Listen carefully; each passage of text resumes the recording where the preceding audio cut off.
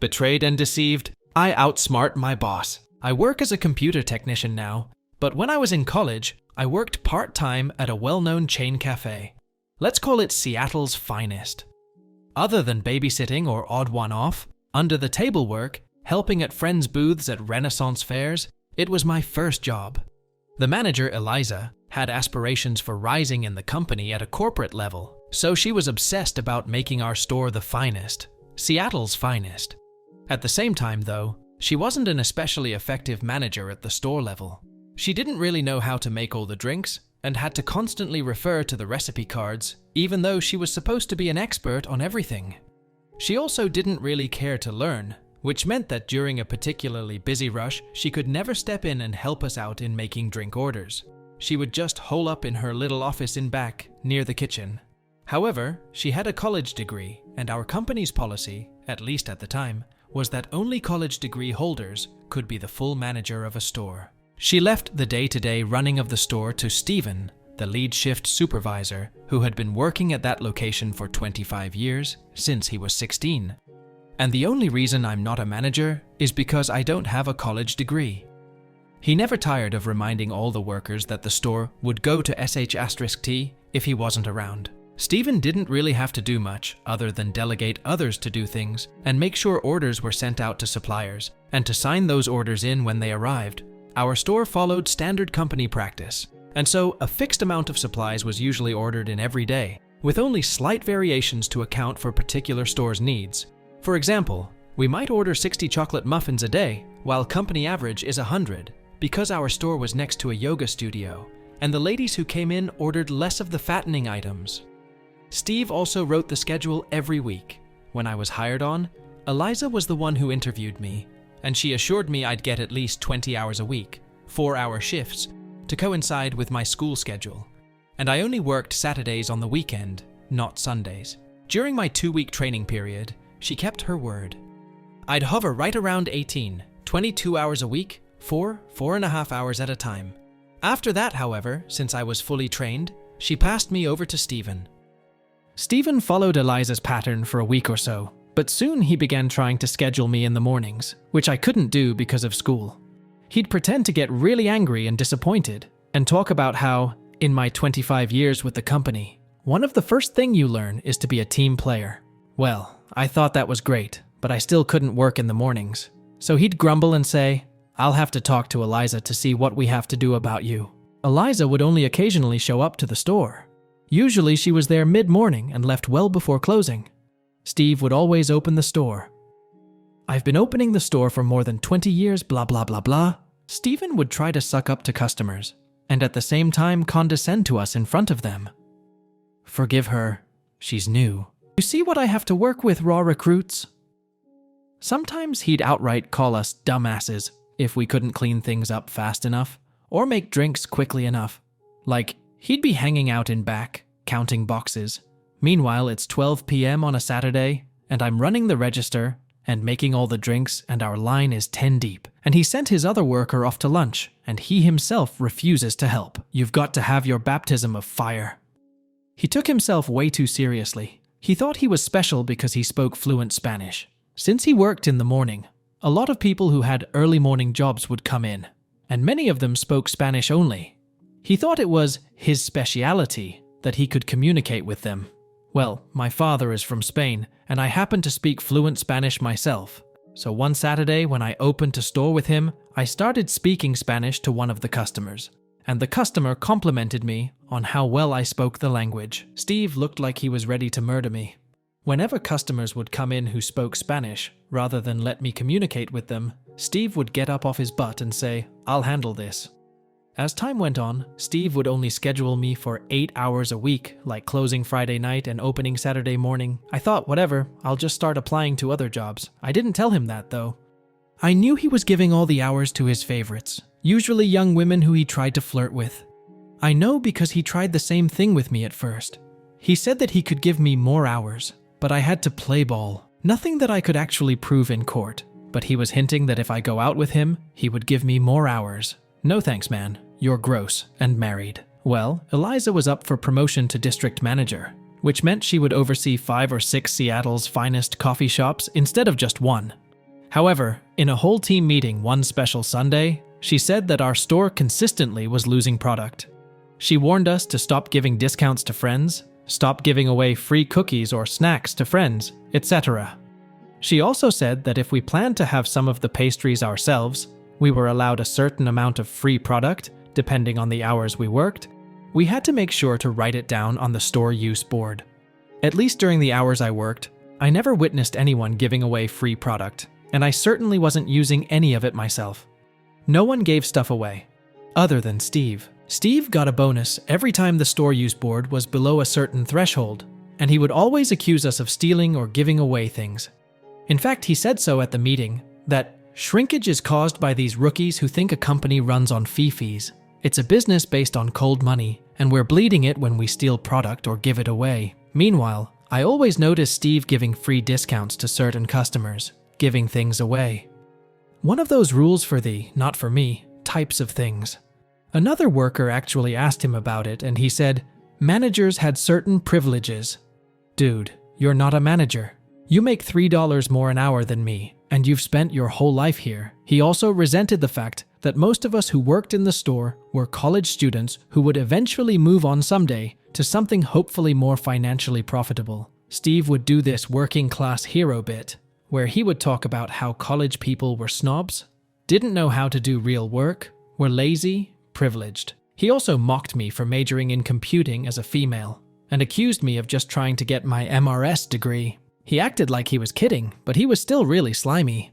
Then he went back to his homily about how business people's whole day would collapse without people like him to get them started the right way with coffee. I'm as indispensable to a large corporation as the CEO. Meanwhile, we're all thinking, calm down, Steve. You're a shift supervisor at a suburban coffee shop, and you wear an apron with your name embroidered on it. You're not curing cancer.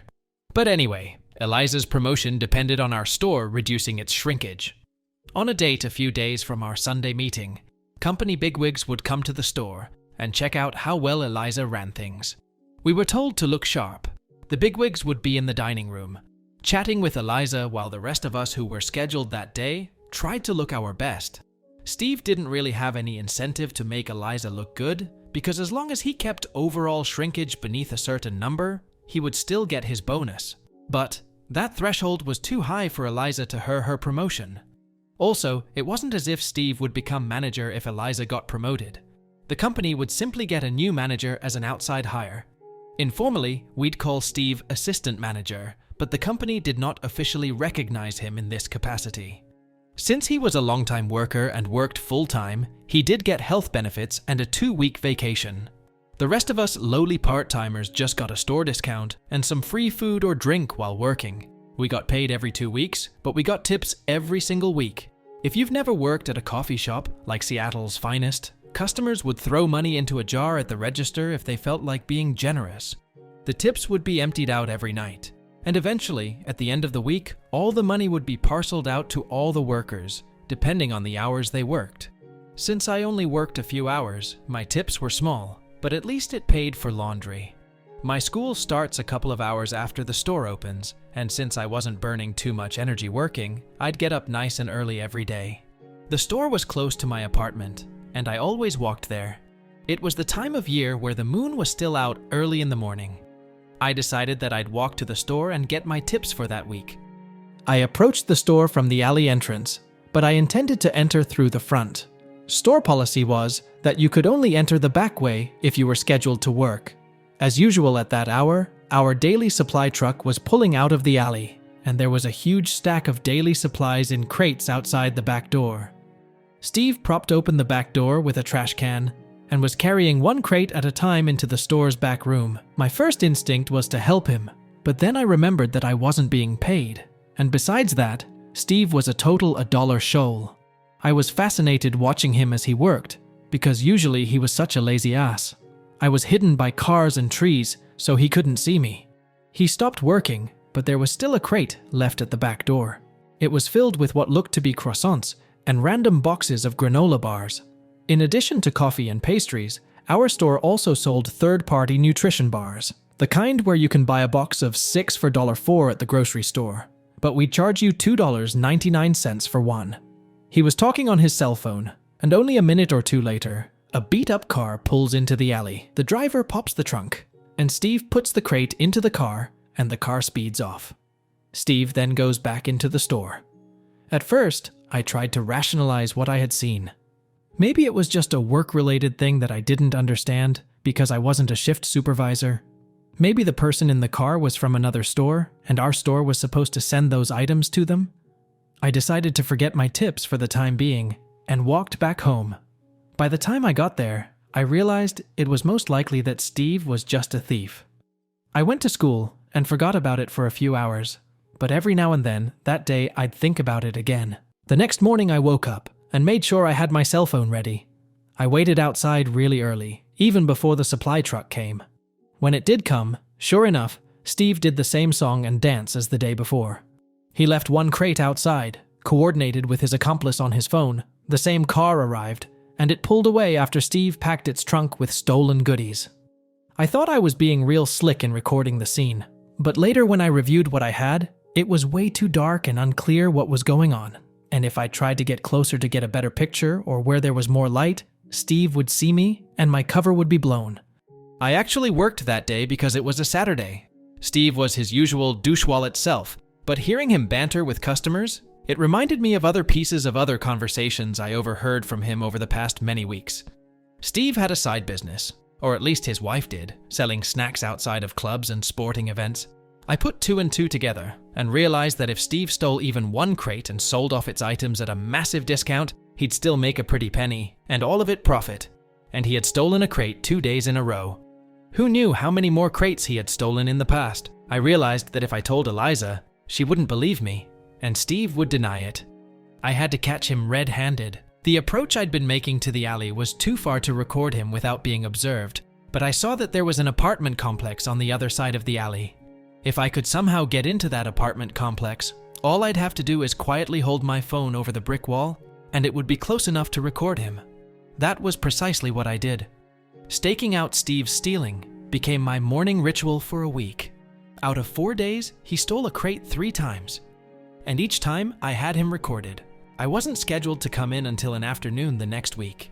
Now, all I needed to do was show Eliza my phone, and I'd nail this bastard. Unfortunately, she wouldn't be in the store for a while either. But then I remembered that the big company meeting regarding Eliza's promotion was coming up that Monday afternoon, just a couple days later. I wasn't scheduled to work, but I knew I could talk my way into the back room with an excuse that I needed my check. Our back room has a computer where we clock in and out. It's just one window on the screen. If you click out of it, you have access to the rest of the computer's functions. One thing the computer always has running in the background is what we called Store TV. It was basically just a series of short infomercials about how wonderful Seattle's finest coffee was, how our beans are from plantations where workers are treated humanely, how we donate to underprivileged communities, offer funding to women in STEM, and things like that. The file was stored as a WMV file, and the store just played it on a continuous loop. Every so often, Eliza would obtain a new set of infomercials, and we'd loop those out. Our store had one big screen mounted from the ceiling, which faced out into the store, away from the registers. My plan, obviously, was to upload my video of Steve stealing onto the store computer.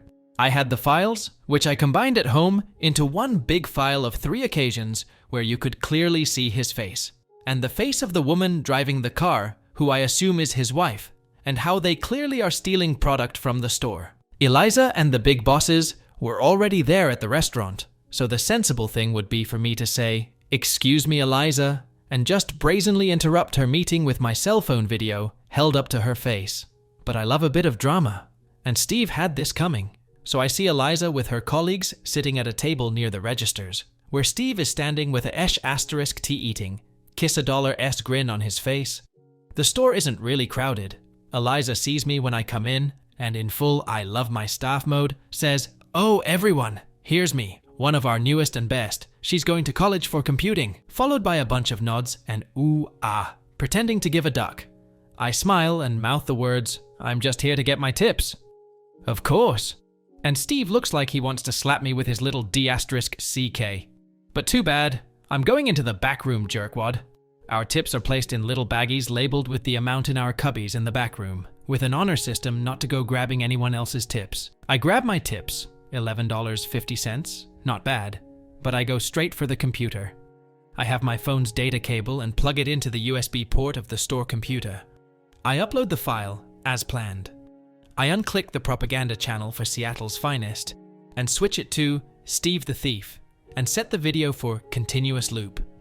I come out into the restaurant, and as usual, no one really cares about the TV. I go to Steve and order a hot latte.